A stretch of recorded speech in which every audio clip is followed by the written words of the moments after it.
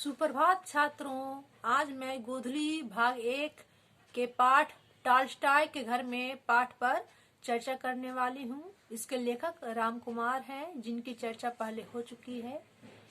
लेखक बताते हैं कि आकाश गहरे नीले रंग का था और बिखरी धूप में मास्को की चमचमाती सड़कों पर उजले हरे रंग के पेड़ों और सड़कों पर टहलते लोगों की परछाइयां अजीब अजीब सी आकृतियां बना रही थी।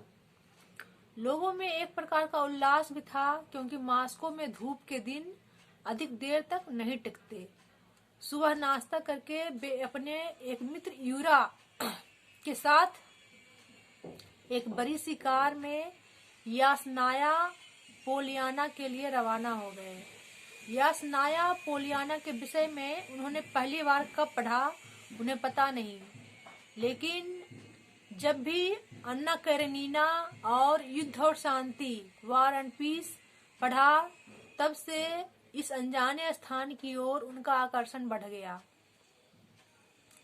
टॉल्स्टॉय की जीवनी पढ़कर उन्होंने कभी स्वप्न में भी सोचा नहीं था कि वे कभी इस स्थान का दर्शन करने आएंगे, और कार में बैठकर भी उन्हें विश्वास नहीं हो रहा था कि वे उस महत्वपूर्ण स्थान पर जा रहे हैं जहां विश्व साहित्य की अमर कीर्तियां लिखी गई। वॉर एंड पीस और अन्ना कैरेनिना लियो टॉल्स्टॉय की प्रसिद्ध कृति है, जो पूरे संसार भर में पढ़ी गई। प्रसन्नता के साथ उनके मन में एक भय भी समा रहा था कि कैसे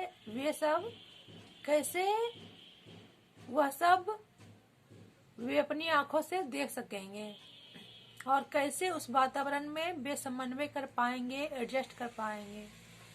कार 70 मील की रफ्तार से भागी जा रही थी और सड़क के दोनों ओर गहरे और हरे पीले रंग के लहलहाते खेत सूरज की रोशनी में चमक रहे थे।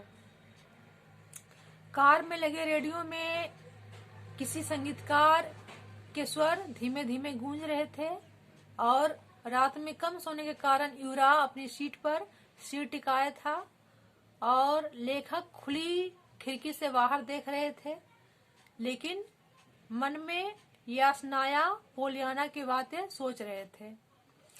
आज न जाने हृदय में कौन से कोने में बार बार नताशा, लेविन, आंद्रे, डॉली के धुंधले धुंधले चित्र उनकी आंखों के सामने घूम रहे थे, और वे कोशिश करने पर भी अपने आप को उनसे दूर नहीं कर पा रहे थे।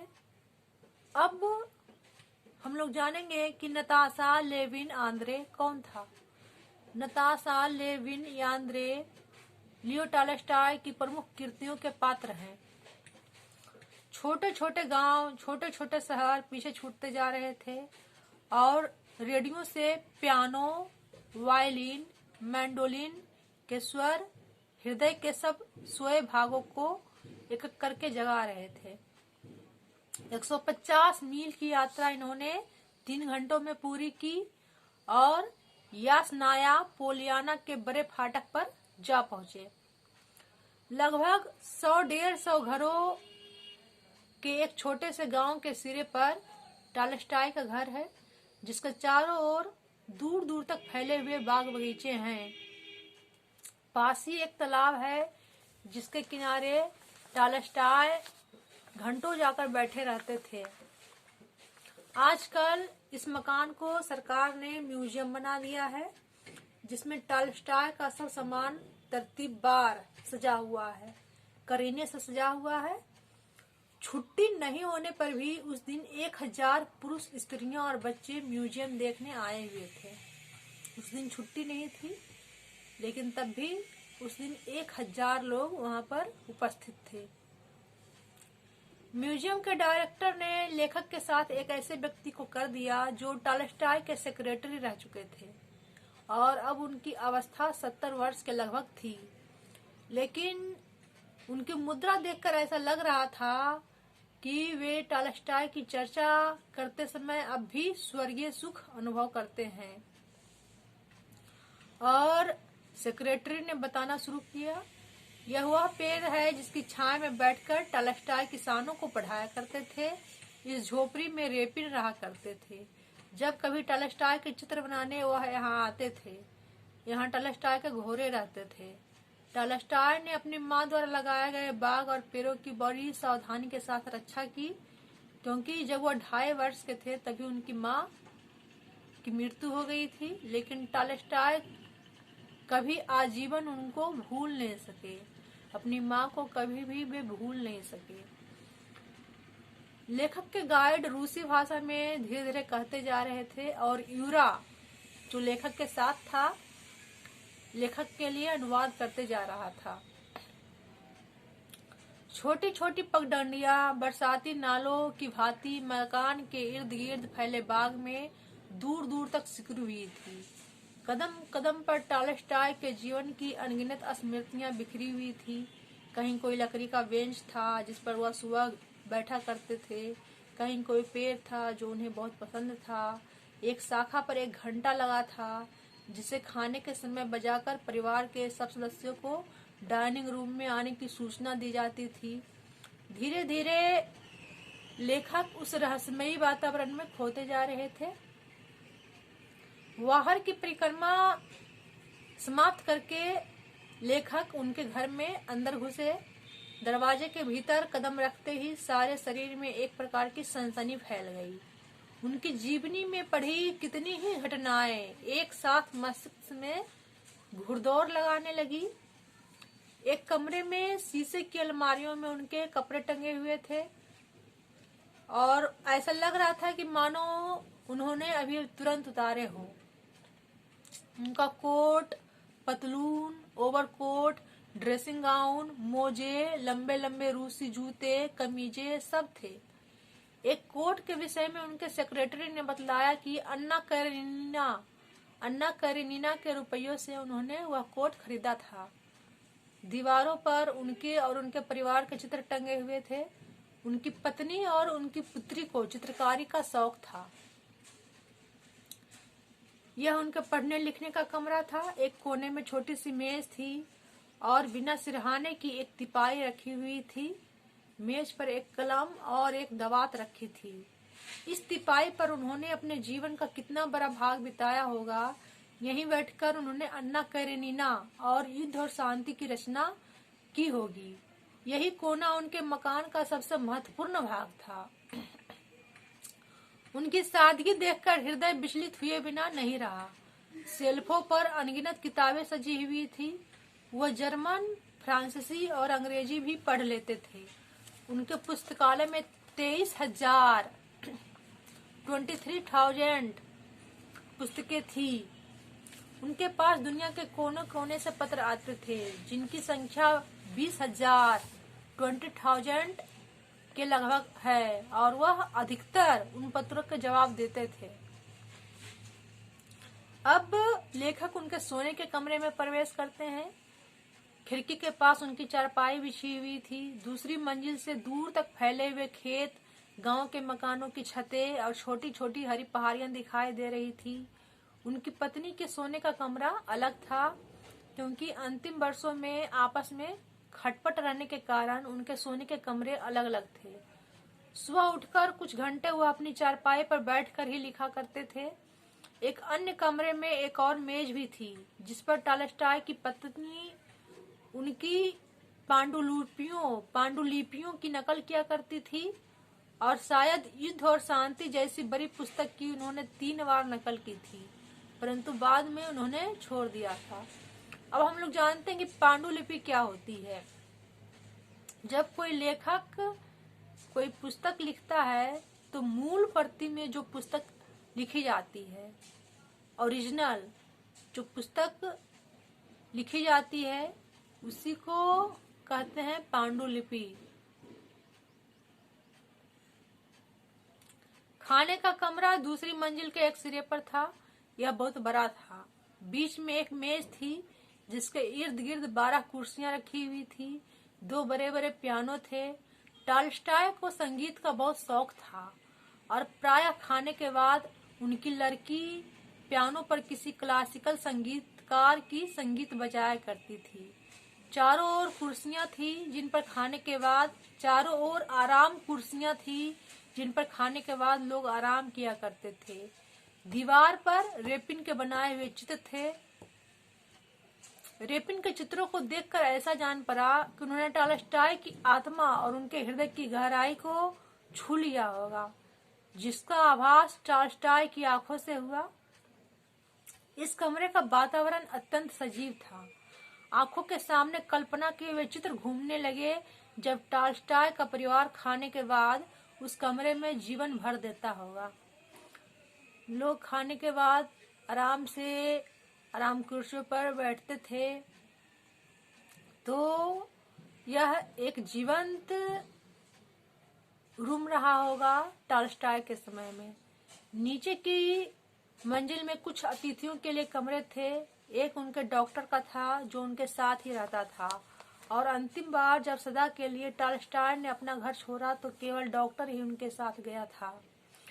एक और उनका निजी कमरा था। उनके सेक्रेटरी ने बतलाया कि यह कमरा उन्हें बेहद पसंद था, क्योंकि यह घर के शोरगुल से दूर था और यहाँ उन्हें सदा एकांत मिलता था। इस कमरे का बहुत सा वर्णन उन्होंने अन्ना करेनिना में लेविन के कमरे की चर्चा करते समय किया था, क्योंकि लेविन के चरित्र में उन्होंने बहुत कुछ अपनी बातें कही थी। कमरे की सादगी, बाहर खुलती हुई एक खिड़की, एक चारपाई, बहुत कुछ उन्होंने कहा था, और बहुत कुछ वही था। एक कोने में पानी भरने का एक बर्तन रखा हुआ था, जिसमें टॉलस्टॉय अपने अंतिम दिनों में बाहर जाकर कुएं से स्वयं ही पानी भरकर लाते थे। म्यूजियम को देखकर ऐसा जान पड़ा कि जिस व्यक्ति को जीवन में कभी नहीं देखा, जिसकी मृत्यु हुई भी 50 साल के लगभग बीत चुके हैं, उसके जीवन की एक झांकी, एक धुंधली सी छाया आज दिखाई दी, जिसकी स्मृति शायद कभी धुंधली नहीं पड़ सकेगी। सूने मकान के कमरों में लेखक का आना और लेविन की हल्की हल्की पदचाप सुनाई दी। वे सब व्यक्ति शायद इस स्थान को कभी नहीं छोड़ सकेंगे। मतलब उनको ऐसा महसूस हुआ कि उस कमरे में लेविन है। इस मकान में केवल टॉलस्टॉय के जीवन का इतिहास ही नहीं पता चलता, बल्कि कितनी ही आत्माओं के स्वर सुनाई देते हैं जिन्हें टॉलस्टॉय ने जन्म दिया था। जब मकान से बाहर लेखक निकले तो तीनों ही चुप थे, और उनको ऐसा लगा कि वे 2 घंटों तक स्वप्न देख रहे थे। बाहर तेज धूप निकली हुई थी और कुछ क्षणों के लिए लेखक की आंखें चौंधिया गई। लोगों के झुंड इधर उधर घूम रहे थे। कुछ देर बाद हम टॉलस्टॉय की समाधि की ओर बढ़ गए, अर्थात लेखक टॉलस्टॉय की समाधि की ओर बढ़ गए, जो उस घर से 2 फरलांग की दूरी पर थी। पतली सी सड़क के दोनों ओर विशालकाय हरे भरे पेड़ों की कतारें आकाश को ढके हुए थी। छोटे छोटे बाग, कहीं फूलों की क्यारियां, कहीं ऊबड़ खाबड़ झाड़ियां थी। सेक्रेटरी धीमे स्वर में धीरे धीरे टॉलस्टॉय के विषय में कुछ कह रहे थे, परंतु उनकी आवाज लेखक के कानों तक नहीं पहुंच पा रही थी। चारों ओर उदासी भरा एक सन्नाटा छाया हुआ था। समाधि से थोड़ी दूर पहले सड़क पर एक बोर्ड लगा था जिस पर लिखा था, इससे आगे लोगों को चुप रहना चाहिए। समाधि क्या थी? एक छोटा सा मामूली पत्थर प्रकृति के बीच में पड़ा था, जिस पर रंग बिरंगे फूल सजे हुए थे। अपनी मृत्यु से पूर्व टॉलस्टॉय ने अपनी समाधि के विषय में विस्तार से आदेश दिया था कि जैसी निर्धन से निर्धन व्यक्ति की समाधि होती है, वैसे ही उनकी भी समाधि बने। उनकी मृत्यु पर किसी भी तरह का भाषण ना हो। उसका स्थान भी वह स्वयं ही चुन गए थे। उनकी समाधि के निकट लेखक झुके और बिना एक भी शब्द कहे उन्होंने उस महान आत्मा के प्रति अपनी श्रद्धांजलि अर्पित की। कहने को कुछ भी बाकी नहीं बचा था और लेखक दबे पांव लौट गए। बाहर निकलकर उन्होंने डायरेक्टर के साथ एक रेस्तरां में खाना खाया। म्यूजियम के डायरेक्टर ने बतलाया कि वह वर्षों से टॉलस्टॉय के जीवन और उनके कृतित्व का विशेष अध्ययन कर रहे हैं। सामाजिक और वैज्ञानिक रूप से टॉल्स्टॉय द्वारा चरित्रों, कथानकों आदि का विश्लेषण कर रहे हैं। अपने जीवन के अंतिम वर्ष वह इसी म्यूजियम में बिताना चाहते हैं। लेखक के सेक्रेटरी ने बताया है ना, म्यूजियम के डायरेक्टर ने बतलाया।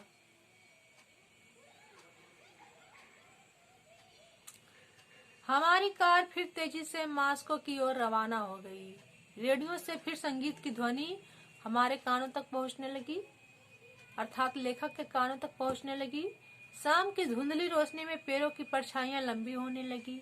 अतीत की दुनिया से बाहर आकर वर्तमान की ओर बहुत तेजी से बढ़ रहे थे। सुबह आते वक्त खिड़की से बाहर जिन गांवों, शहरों और मकानों को देखने में जो लेखक की दिलचस्पी थी, अब वह समाप्त हो गई। उन्होंने आंखें बंद कर ली और यासनाया पोलियाना की दुनिया से अपने आप को अलग नहीं कर सके। उनकी तीर्थयात्रा समाप्त हो गई।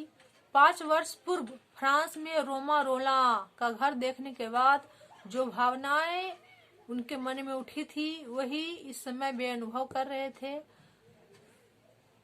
तो इस तरह आपने देखा कि लेखक ने टॉल्स्टॉय के घर की यात्रा की और उन्होंने तीर्थयात्रा की तरह उसे महसूस किया। टॉल्स्टॉय विश्व प्रसिद्ध उपन्यासकार थे। उनके प्रमुख उपन्यास हैं अन्ना कारेनिना और युद्ध और शांति, वॉर एंड पीस। धन्यवाद।